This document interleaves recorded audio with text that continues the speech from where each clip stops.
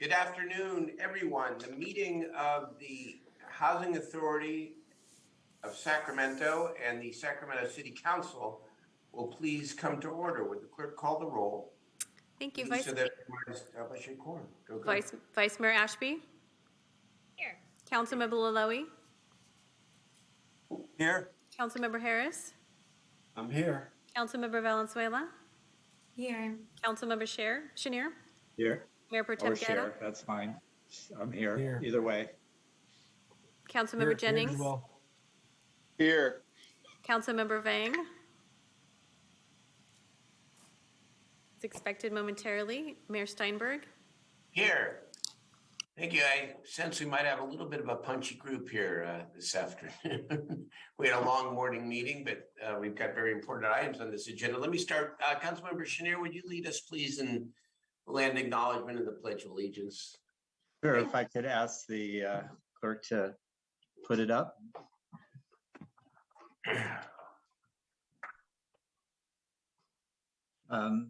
Everyone rise, please, to the original people of this land, the Nisan people, the Southern Maydew Valley and Plains Miwok, Patwin Wintum peoples, and the people of the Wilton Rancheria, Sacramento's only federally recognized tribe. May we acknowledge and honor the Native people who came before us and still walk beside us today on these ancestral lands by choosing to gather together today in the active practice of acknowledgement and appreciation for Sacramento's Indigenous peoples' history, contribution, and lives. Thank you. Salute, pledge. I pledge allegiance to the flag of the United States of America and to the republic for which it stands, nation Under God, with liberty and justice for all. Thank you. Thank you, Councilmember Chenier. Appreciate that. Members, this is our Housing Authority meeting today. We do have one consent calendar item, and then we'll turn it over to Executive Director Dozier for reports and her staff on the remaining items. I'll move consent. I'll second. Moved in second. Do we have public testimony on the consent calendar, Madam Clerk? I have no hands raised to make comment on the consent calendar. Okay, then let us call the roll, please. Vice Mayor Ashby. Yes. Councilmember Laloe. Aye. Councilmember Harris. Aye. Councilmember Valenzuela. Yes. Councilmember Chenier. Aye. Mayor Pro Tem Guerra. Aye. Councilmember Jennings. Yes. Councilmember Vang. Yes. And Mayor Steinberg. Yes. Okay, that passes unanimously. Thank you. Let's go to the public hearings. Ms. Dozier? Okay. Item number 2 is our rental assistance demonstration program for our Central City 2 properties. I have Ann Nichols here to do the presentation. Good afternoon, Mayor and Council members. Ann Nichols, Management Analyst with SHRA.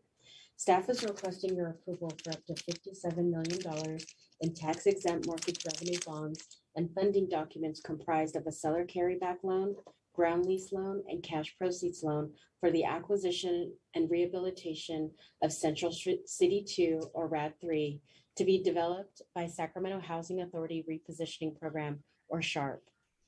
The proposed Central City 2 project is a continuation of the Housing Authority's plan to transition its portfolio of public housing units to the Rental Assistance Demonstration Program, or RAD. The RAD program was created by the Department of Housing and Urban Development to allow housing agencies to use public and private debt and equity to reinvest into the public housing stock.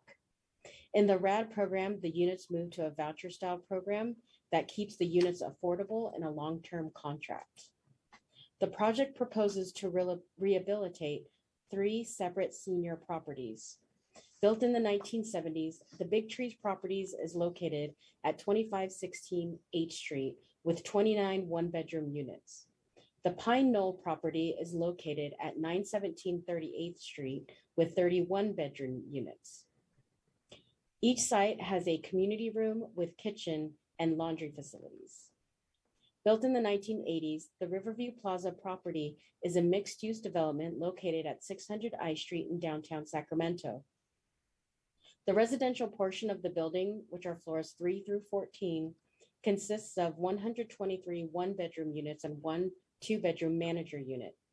In addition to the residential portion, this property includes a courtyard and outdoor terraces, swimming pool, fitness room, library, commercial kitchen, craft room, television lounge, computer room, seating areas, an exercise room, and laundry facilities.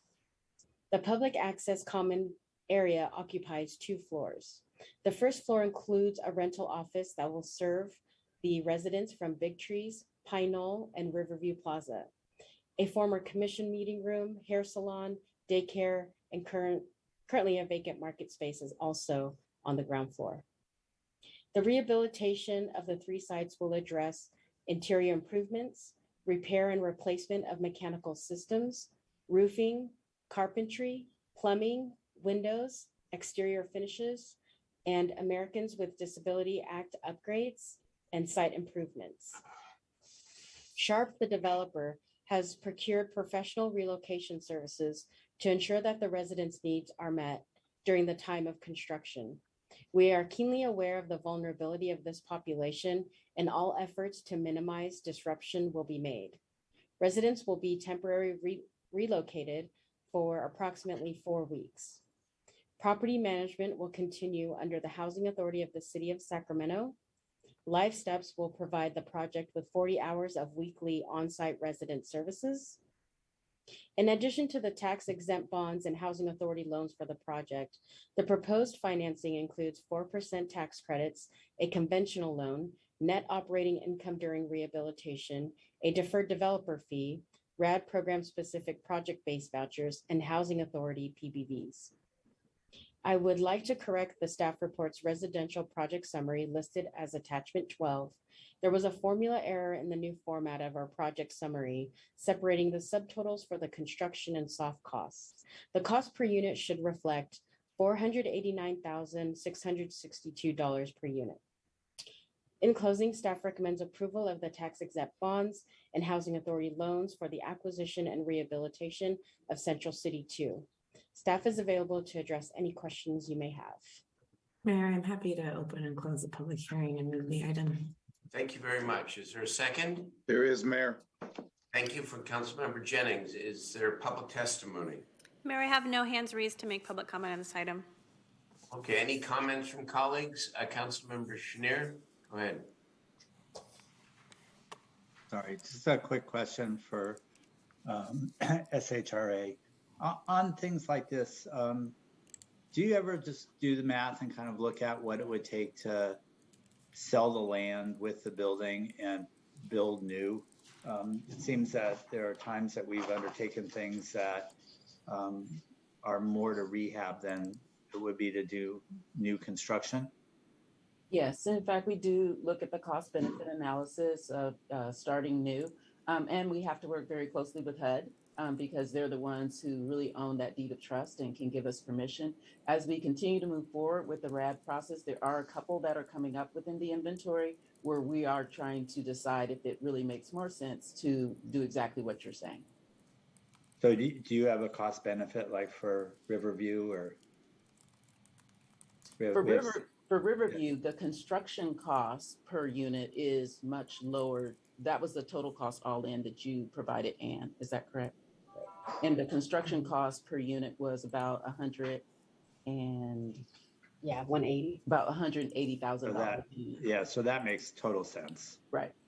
But there are some in the inventory where that cost could be higher, and that's why we're evaluating. Okay. Thank you. You're welcome. Okay, let's call the roll, please. Thank you. Vice Mayor Ashby? Yes. Councilmember Laloe? Aye. Councilmember Harris? Aye. Councilmember Valenzuela? Yes. Councilmember Chenier? Aye. Mayor Pro Tem Guerra? Aye. Councilmember Jennings? Yes. Councilmember Vang? Yes. And Mayor Steinberg? Yes. All right, that passes unanimously. Very good. Now let's move to this odd item. That's what I describe it as. Item 3, requirement to put what seems like a common sense question on the ballot. Ms. Dozier? Yes, this is Article 34, which is a ballot measure proposed by the county and deals with the as you said, something that's kind of odd, that's a part of the California State Constitution. So we have Helen Peterson is going to give a brief presentation. Good afternoon, City Council. I'm Helen Peterson, a management analyst at SHRA. I'm here to present on the staff report asking for approval to include the City of Sacramento in the Article 34 affordable housing ballot measure proposed by the County of Sacramento for the November 8th, 2022 election. As you may know, Article 34 was added to the California Constitution in 1950 to require voter approval of publicly assisted housing projects. Voters were asked to approve a certain number of dwelling units prior to their being assisted by a public agency if a majority of the units in the development will house lower income households. Since 1968, Sacramento voters have approved Article 34 ballot measures to facilitate the development of affordable housing units in 5 separate elections, all approved by a majority vote of the electorate. The typical development in Sacramento subject to Article 34 is newly constructed housing in which more than 49% of the units are restricted to low-income persons and carry a below market rate loan from SHRA or some other form of public subsidy. At this time, the number of units approved in the previous 2004 Article 34 ballot measure is running out. In addition, the initial Article 34 voter authorization expires in 2024. In order to continue to build affordable housing using public funds, a new Article 34 ballot measure is required. SHRA is proposing that the County of Sacramento place a measure on the November 8th, 2022 ballot requesting voter approval to provide public funding for affordable housing units subject to Article 34. The proposed ballot language would provide approval to annually develop, acquire, or construct housing for low-income persons and families using public funds commensurate with 1% of the existing units in the county. Any unconstructed housing units in each year would be carried over. To gauge the level of support in the community for the ballot measure, SHRA hired an experienced research firm to conduct a survey of likely voters regarding their views on Article 34. The survey determined that the measure was viable and would likely be approved in all cities and the unincorporated county.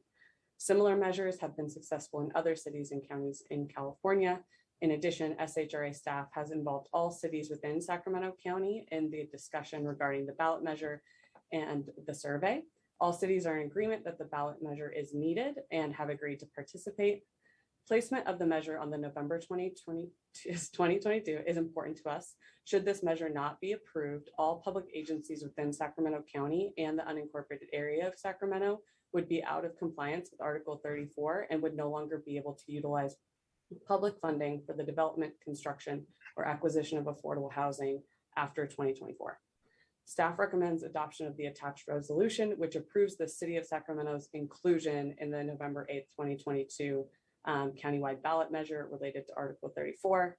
And that concludes my presentation, and staff is here to address any questions you may have. Thank you. I mean, I guess the question is, what would happen, God forbid, if the voters said no? What would that mean? And why do we have to ask this question again? It has been answered. It's answered in real time every day here in Sacramento. We need more housing for people, affordable housing. Again, why is this required? Well, this is, please. It's required because that is still a part of the California State Constitution. The legislature understands that this is a problem and really has had a couple of measures to remove it, but that does require opening the California State Constitution, which has been, I think, has been a difficult hurdle. And so you pose a very interesting question. If they did disapprove this, what would the state do? Yeah, I think that remains to be seen. Yeah. Okay. Crazy. Mayor Pro Tem Guerra. Thank you, Mr. Mayor. I'm going to move this item and just say that this is just a reminder how we still have remnants of discriminatory housing policy that are, right, which has led to decades of inaction and construction of the variety of housing that we need. And I'll only to say that it wasn't even that long ago when I was on the County Planning Commission, where even in our own county, there was objection to more of the construction of affordable housing. So I do think that hopefully someday the legislature will change this. But until then, glad to move the item. I'll second, Mayor. Okay, is there public testimony? Mayor, I have no hands raised to make comment on this item. Let's call the roll and get this done. Thank you, Vice Mayor Ashby. Ridiculous, but yes. Councilmember Laloe. Aye. Councilmember Harris. Aye. Councilmember Valenzuela. Yes. Councilmember Chenier. Sure, yeah. Mayor Pro Tem Guerra. Aye. Councilmember Jennings. Yes. Councilmember Vang. Yes, and let's hope it passes in November. And Mayor Steinberg. Yes. Okay, that passes. We have one more item here, and that's the brief workshop here on the federal allocation process. So this is the second workshop. Our first one was held in February. Have Celia here is going to do a brief overview, and then we'll open it up for input from the board. Good afternoon, Celia Iniguez, Program Manager here at SHRA. As Lachelle mentioned, we started out this process for the allocation of the 2023 action plan in February with a brief workshop. The other component is SHRA staff met with representatives from the city departments, including innovation and economic development, public works, youth parks and community enrichment, utilities. And we reviewed proposed projects for readiness and eligibility. The team evaluates funding very strategically and takes a view of 2 to 3 years. So for example, we may recommend funding a project for design in 1 year, knowing that in year 2 or 3, it would be ready for construction and the project would be brought forward in that subsequent action plan. Usually the allocation of projects between transportation and parks projects, which are the primary projects that are brought forward, is balanced. Last year and for the 2022 action plan, it was heavily weighted to park projects because transportation projects were not in a ready position to move forward.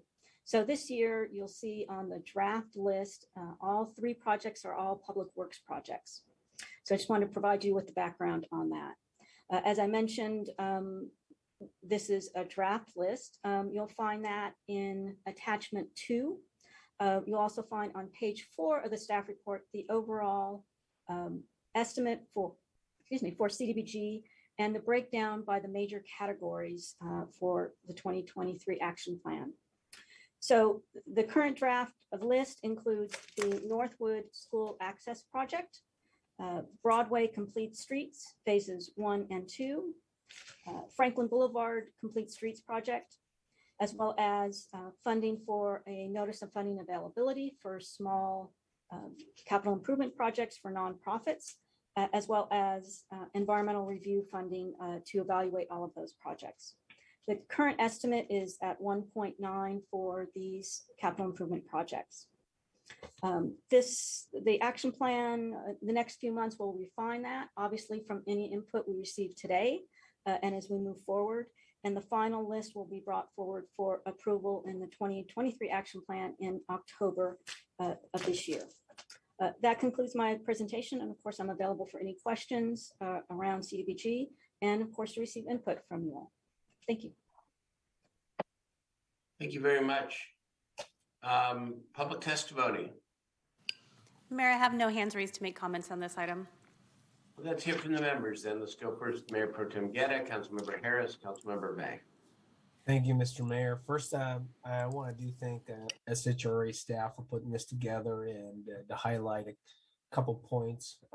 One, that it does take a few years for some of these plans to go through. I do want to thank the work that was done for getting the CDBG planning grants on Elder Creek Road and Lemon Hill that later led to the funding of the traffic improvements. Well, that was a 3-year process, and unfortunately, what I find challenging, and this is where maybe if I could provide direction here to our staff, is better to have a better, either brainstorming or critical thinking process with certain parts of our community that are eligible for CDBG that maybe don't have as many CBOs or active organizations to help better prep and plan so that as we're looking, 4 years out, we're able to be competitive. Again, these cycles come up to us every 6 months. They're the time catches up to people, and then next thing you know, we're already in the next funding cycle. So what I would like to ask the staff is if they could work with our city staff to have a better envisioning process on how we apply for these dollars. And as I've mentioned before, I want also to make sure that it's overlaid with our other priorities. Today, I support this current approach here because it does meet a lot of our commercial corridor revitalization efforts, and that's in line with our priorities, in particular when it comes to traffic safety. But I want to make sure that as we're planning forward, that we're also looking at how we're overlaying those dollars. I'll end by saying again, particularly in areas where we've had a lot of fatalities. Mr. Mayor, you were with us down at Little Saigon after the 2 parents were killed. I think whatever we can do to start looking at how we overlay not just our city dollars, but our federal CDBG dollars and start planning with those. I think that's an important a direction that I'd like to give staff here on this item. And I know it's a provide staff direction. I don't think we have a motion on this, but I think that as these come before us, they need to be they need to come in with almost that kind of framework, and that'll help us plan too. So I'll leave it at that, Mr. Mayor. Thank you. Very good reminder of that terrible tragedy and the suffering of those families in the community. Thank you. Councilmember Harris. Yeah, thank you, Mayor. Michelle and Celia, it's always been a little bit of mystery to me about how to put in for a CDBG project, but I have been successful to a small extent with a planning grant for Thelma and Hawk Park. And now another project has come to light that I think is sorely needed, which is street lighting in the River District, specifically along Ahern. The businesses and residents there have been calling for this for a long time. It's a pretty unsafe corridor, largely because of the homeless population, but it is very dark in the River District, and we could really use some help there. If there is a possibility to get planning grant money for that project, that would be a tremendous benefit to the River District.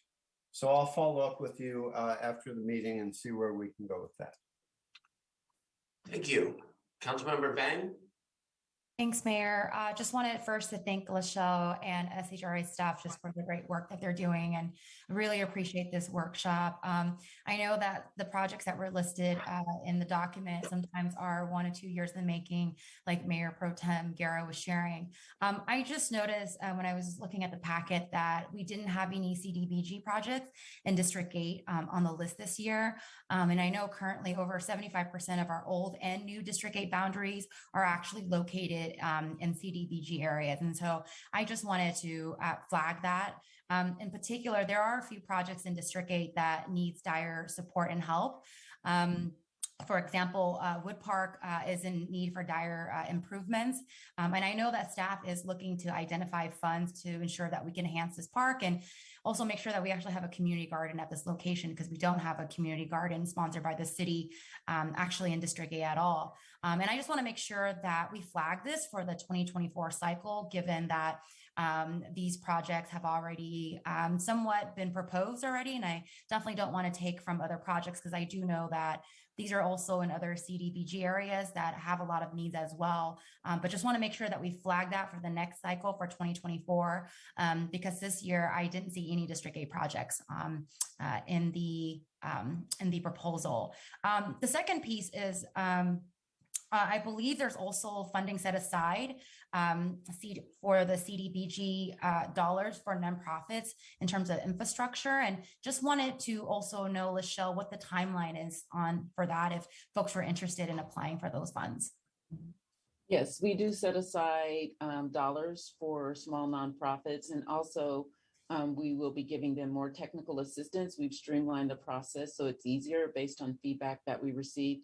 And maybe Celia, if you have the actual timeline for the next awards. Yes, we would anticipate releasing that in early September, probably an estimated, probably 6 to 8 weeks, given the for community groups to kind of get things together. But as Lachelle said, we would streamline it, really understanding that often an organization is good at implementing their programs, but not necessarily implementing a capital improvement project. So we would streamline the process by making a very simplified proposal, and then knowing that technical assistance, including our SHRA construction staff, would essentially fully scope the project, bring it through design and permitting, as well as implementation, bidding it through the whole process. So it'll take a little bit longer, but we feel that that's what's really needed. And we have the capacity here at SHRA to do that. So we'll make sure that we let all of the staff know, as well as working closely with city's innovation economic development staff, and as well as all the outreach with the other organizations, with all that you're doing with the art money is very important. So there's a lot of overlap that we want to make sure that those organizations get this word out. So we'll work very closely on that outreach and engagement with the organizations. As well as working with all of the council members' offices to let them know well in advance, so that you can continue to do the outreach, as well as put it in the newsletters and have all that communication well before September. Thank you. Thank you so much for the help. Really appreciate that. Thank you, Mayor. That's it. All right, thank you. Thank you, everybody. This is a workshop. I assume it does not take a vote. That's correct. All right, well, thank you very much. Celia and Lachelle, really appreciate it. Council members, that ends the formal agenda here. Are there council comments or members of the public who want to testify on items not on the agenda? All right, if not, the meeting of the Housing Authority and the City Council will be adjourned. We'll reconvene at 5 o'clock for the afternoon meeting. All right, thank you. We're adjourned.